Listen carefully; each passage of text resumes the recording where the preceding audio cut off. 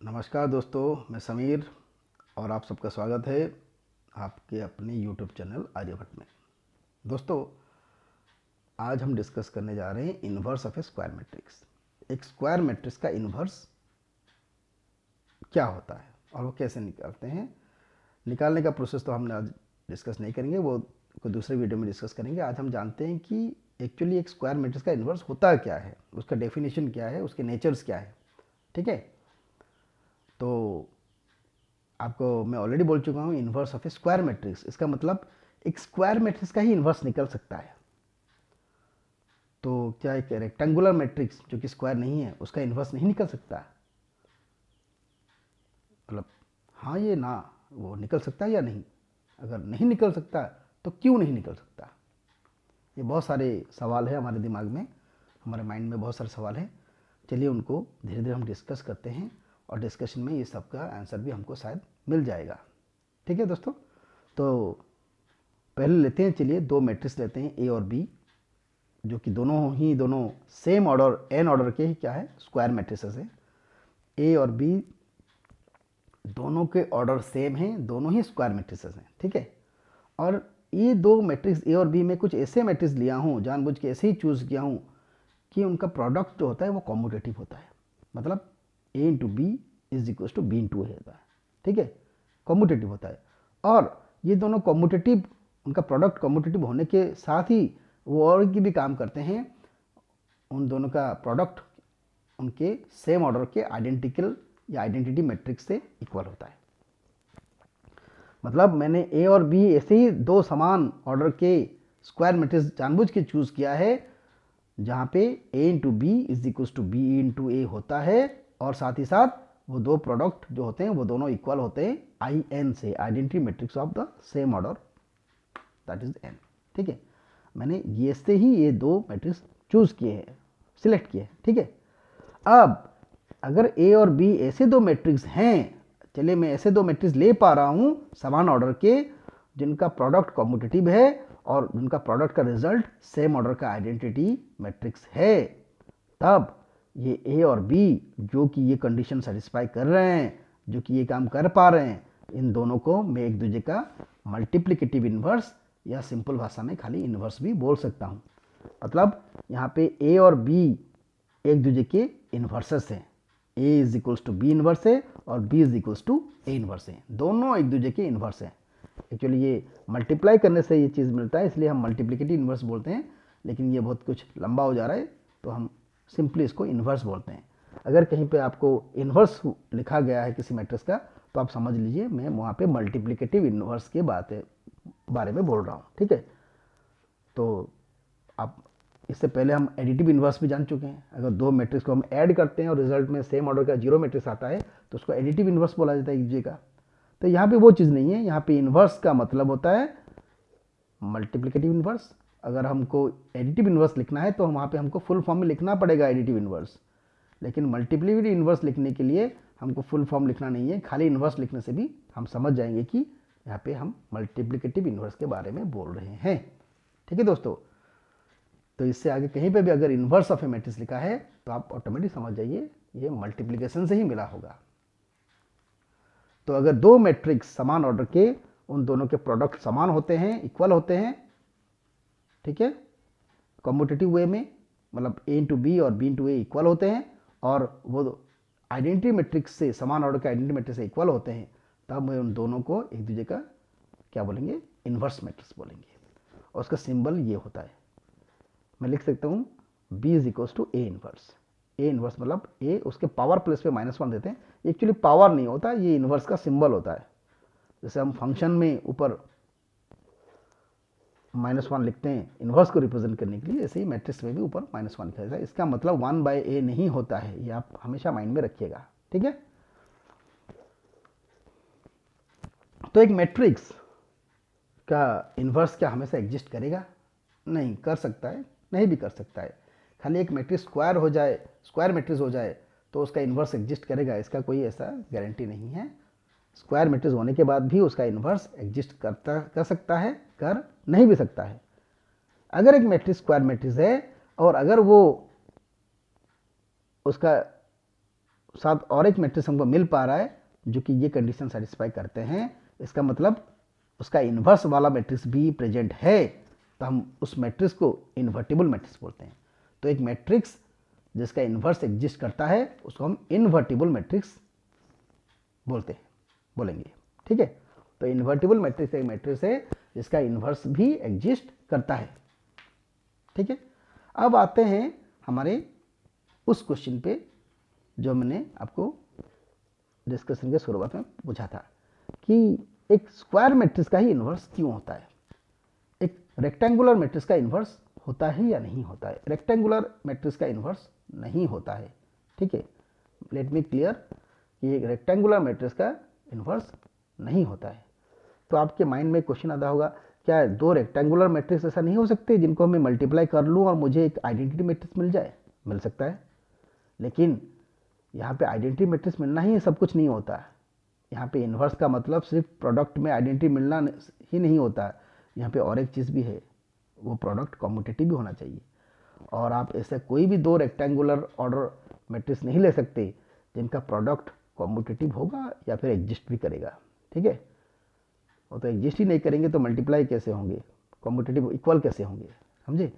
तो इसीलिए क्योंकि उनको कॉम्यूटेटिव नेचर भी सेटिस्फाई करना होता है प्रोडक्ट में दो मैट्रिसेस को, इसीलिए रेक्टेंगुलर मैट्रिक्स ये काम नहीं कर सकते, खाली square matrix of same order ही ये काम कर सकते हैं। इसलिए सिर्फ स्क्वायर मैट्रिक्स का ही इन्वर्स मैट्रिक्स होता है ड्यू टू द डेफिनेशन और नेचर ऑफ स्क्वायर मैट्रिसेस। समझे, अब क्लियर हो गया। ठीक है, अब एग्जाम्पल से डिस्कस करते हैं। देखिए यहाँ पे मैंने दो 2x2 ऑर्डर के दो मैट्रिक्स को मल्टीप्लाई किया। अब मल्टीप्लाई आप कर लेना अच्छे से। अब जब मल्टीप्लाई कर लेंगे तो यहाँ पे देख रहे हैं आपको 1 0 0 1 एलिमेंट मिल रहे हैं, ये मतलब ये आइडेंटिटी मैट्रिक्स है, समान ऑर्डर का आइडेंटिटी मैट्रिक्स है। तो इससे ये क्या पता चलता है, इससे पता चलता है ये दोनों क्या है। अब अगर इनको उनका प्लेस बदल दोगे, मतलब फर्स्ट और सेकंड मैट्रिक्स का जगह बदल के फिर मल्टीप्लाई करोगे, फिर भी आप देखोगे ये समान रिजल्ट आएगा। इतना सब मैंने लिखा नहीं है, आप खुद वेरीफाई कर सकते हो। तो इससे ये पता चलता है कि ये दोनों ही मैट्रिक्स एक दूसरे के इन्वर्स मैट्रिक्स हैं। मतलब फर्स्ट मैट्रिक्स का inverse equals to second matrix है, सेकंड मैट्रिक्स का इन्वर्स जो है वो इक्वल्स टू फर्स्ट मैट्रिक्स है। ठीक है दोस्तों, तो कुछ ऐसा ही होता है इन्वर्स का नेचर। तो आप डेफिनेशन समझ गए, नोटेशन समझ गए और एग्जाम्पल देख चुके हैं। अभी हम जल्दी से उसके कुछ प्रॉपर्टीज़ पे आते हैं, properties of inverse of a square matrix. तो हमारा पहला क्वेश्चन प्रॉपर्टी है, square matrix A is invertible if and only if determinant of A is not equal to zero. अगर एक मैट्रिक्स जिसका डिटर्मिनेंट जीरो नहीं है उसको हम नॉन सिंगुलर मैट्रिक्स बोलते हैं। तो एक स्क्वायर मैट्रिक्स कब नॉन इन्वर्टिबल होगा, मतलब उसका इन्वर्स कब एग्जिस्ट करेगा, सिर्फ और सिर्फ तभी जब वो नॉन सिंगुलर होगा। ठीक है दोस्तों, तो ये कंपलसरी कंडीशंस है, मतलब वो अगर इन्वर्टिबल होगा तो वो ज़रूर नॉन सिंगुलर होगा, अगर वो नॉन सिंगुलर होगा तो वो ज़रूर इन्वर्टिबल होगा, उसमें और कुछ भी डाउट्स नहीं होना चाहिए। सेकेंड प्रॉपर्टी है, अगर मैं एक मैट्रिक्स का इन्वर्स निकालता हूँ और उस इन्वर्स मैट्रिक्स का भी इन्वर्स निकालता हूँ तो मुझे पहला वाला मैट्रिक्स ही मिलेगा, मतलब ए इन्वर्स का इन्वर्स ए से इक्वल होता है। ठीक है, थर्ड प्रॉपर्टी है, अगर एक मैट्रिक्स का मैं ट्रांसपोज निकालता हूँ और उस ट्रांसपोज मैट्रिक्स का मैं इन्वर्स निकालता हूँ तो वो उस मैट्रिक्स के इन्वर्स मैट्रिक्स के ट्रांसपोज मैट्रिक्स से इक्वल होगा, मतलब A transpose whole inverse is equals to A inverse whole transpose. ठीक है, फोर्थ प्रॉपर्टी कहता है, एक मैट्रिक्स के इन्वर्स मैट्रिक्स का डिटर्मिनेंट वैल्यू उसके ओरिजिनल मैट्रिक्स के डिटर्मिनेंट का रेसिप्रोकल होता है। समझे, मतलब अगर ए मैट्रिक्स उसका डिटर्मिनेंट है, वैल्यू है 3 फॉर एग्जांपल, तो ए इन्वर्स मैट्रिक्स का डिटर्मिनेंट होगा 1/3, उसमें और कुछ डाउट नहीं है और कुछ हिसाब करने की जरूरत नहीं है। समझे, तो बहुत इजी है ये। सिमिलरली अगर ए इन्वर्स मैट्रिक्स का डिटर्मिनेंट वैल्यू है 5 फॉर एग्जांपल, तो ए मैट्रिक्स का डिटर्मिनेंट वैल्यू होगा 1/5। ठीक है, आप ऐसे निकाल सकते हो, इसको यूज़ कर सकते हो। फिफ्थ प्रॉपर्टी है, अगर मैं एक मैट्रिक्स के उसके इन्वर्स के साथ मल्टीप्लाई करता हूँ तो मुझे रिजल्ट में मिलता है आइडेंटिटी मैट्रिक्स और वो प्रोडक्ट भी कॉम्पिटिटिव होता है। एक्चुअली ये जो चीज़ है ये उसी डेफिनेशन से लिया गया है। यहाँ पे ए और बी एक दूसरे के क्या है, इन्वर्सेस है। तो यहाँ पे बी इज इक्वल टू क्या है, यहाँ पे B is equal to A inverse है। तो इससे पता चलता है कि ए के को अगर मैं उसके इन्वर्स के साथ मल्टीप्लाई करता हूँ तो वो product first of all commutative होता है और वो रिजल्ट में आइडेंटिटी मैट्रिक्स मिलता है। ये उसका डेफिनेशन है, उसका नेचर है। ठीक है। 6 प्रॉपर्टी है, अगर एक मैट्रिक्स का मैं के पावर लेता हूँ, के पावर मतलब मैं ए को उसके खुद ही के साथ के टाइम्स मल्टीप्लाई करता हूँ, जहाँ पे के एक नेचुरल नंबर है, गण संख्या है। ठीक है। तो अगर मैं ए को पावर के का जो मैट्रिक्स मिलता है उसका भी इन्वर्स निकालता हूँ तो वो ए इन्वर्स को उसके खुद के साथ के टाइम्स मल्टीप्लाई करने के साथ इक्वल होगा। मतलब A to the power K whole inverse is equals to A inverse to the power K. ठीक है। अब और एक 7th प्रॉपर्टी है, एक आइडेंटिटी मैट्रिक्स का इन्वर्स वो खुद ही होता है। ठीक है। Identity matrix is the inverse of itself. 8th property है, जो जीरो मैट्रिक्स होता है वो इन्वर्टिबल नहीं होता है। क्यों? क्योंकि जीरो मैट्रिक्स के साथ ऐसा कोई भी मैट्रिक्स नहीं है जिसको मैं उसके साथ मल्टीप्लाई करूं और रिजल्ट में मुझे आई मिले, क्योंकि जीरो मैट्रिक्स जिसके साथ भी मल्टीप्लाई होगा रिजल्ट में मुझे जीरो मैट्रिक्स ही मिलेगा, आई तो मिलेगा ही नहीं। इसलिए जीरो मैट्रिक्स का कभी इन्वर्स एग्जिस्ट नहीं करता है, वो इन्वर्टिबल नहीं होता है। ठीक है। अब आते हैं 9th प्रॉपर्टी पे। If a non singular matrix A is symmetric then A inverse is also symmetric. अगर एक मैट्रिक्स सिमेट्रिक मैट्रिक्स है, सिमेट्रिक आप जानते हो एक मैट्रिक्स जो अपने ट्रांसपोज से इक्वल होता है उसको हम सिमेट्रिक बोलते हैं। तो एक मैट्रिक्स जो कि सिमेट्रिक है उसका इन्वर्स मैट्रिक्स भी सिमेट्रिक होगा, आप वेरीफाई कर सकते हो। ठीक है दोस्तों। अब आते हैं हमारे प्रॉपर्टी 10th प्रॉपर्टी पे। अगर मेरे पास एक डायगोनल मैट्रिक्स है जिसके डायगोनल एलिमेंट्स हैं ए बी सी और जो यहाँ पे ए बी सी का प्रोडक्ट जीरो नहीं है, ये ज़रूरत होता है ये। ठीक है। तो ये एक शॉर्ट ट्रिक हम समझ सकते हैं, इसको एक शॉर्ट ट्रिक के हिसाब से बाद में यूज़ कर सकते हैं कि एक डायगोनल मैट्रिक्स का इन्वर्स मैट्रिक्स में होता क्या है। एक डायगोनल मैट्रिक्स का इन्वर्स मैट्रिक्स भी एक डायगोनल मैट्रिक्स ही होता है, लेकिन यहाँ पे डायगोनल जो एलिमेंट्स हैं वो रेसिप्रोकल हो जाते हैं।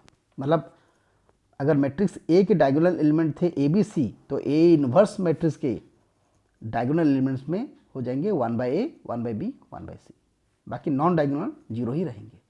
समझ गए? तो ये सेम जो फॉर्मूला है वो राइट डायगोनल में भी यूज होता है। अगर एक मैट्रिक्स, ये तो लेफ्ट डायगोनल था, लेफ्ट डायगोनल मैट्रिक्स था, और अगर मैं एक राइट डायगोनल मैट्रिक्स लेता हूँ तो उसका इन्वर्स में भी वही फॉर्मूला यूज होगा। देखिए वही प्रोसेस यूज होगा। आप एक नंबर लेके या एक मैट्रिक्स लेके इसको आप वेरीफाई कर सकते हो, चेक कर सकते हो, ये हमेशा काम करेगा। ठीक है दोस्तों। अब आते हैं 11th प्रॉपर्टी। ये 11th प्रॉपर्टी बोलता है inverse of A matrix if exist is unique. ये बहुत इंपॉर्टेंट प्रॉपर्टी है। ये कह रहा है कि अगर एक मैट्रिक्स का इन्वर्स एग्जिस्ट करता है, अगर एक मैट्रिक्स इन्वर्टिबल है, उसका इन्वर्स मैट्रिक्स भी होता है, तो वो इन्वर्स एक यूनिक मैट्रिक्स है। इसका मतलब एक मैट्रिक्स का इन्वर्स यूनिक होता है, हमेशा एक ही होता है। ठीक है। तो उसको ऐसे समझते हैं, चलिए एक मैट्रिक्स में ए लेता हूँ जो कि इन्वर्टिबल है। अगर वो इन्वर्टिबल है तो चलिए उसके एक से ज़्यादा इन्वर्स हैं बी और सी, और मैं बी और सी लेता हूँ तो यहाँ पे मुझे बाय डेफिनेशन मुझे मिलेगा A B is equal to B equal to I and A C equal to C equal to I. अब मैं यहाँ पे प्रॉपर्टी डाल के उन वैल्यूज़ को यूज़ करके मैं दिखा सकता हूँ कि सी और बी दोनों इक्वल हैं। तो वो अलग नहीं है, वो इक्वल है। इसका मतलब उसके दो इन्वर्स नहीं है, एक ही इन्वर्स है। 12th प्रॉपर्टी है, अगर ए और बी इन्वर्ट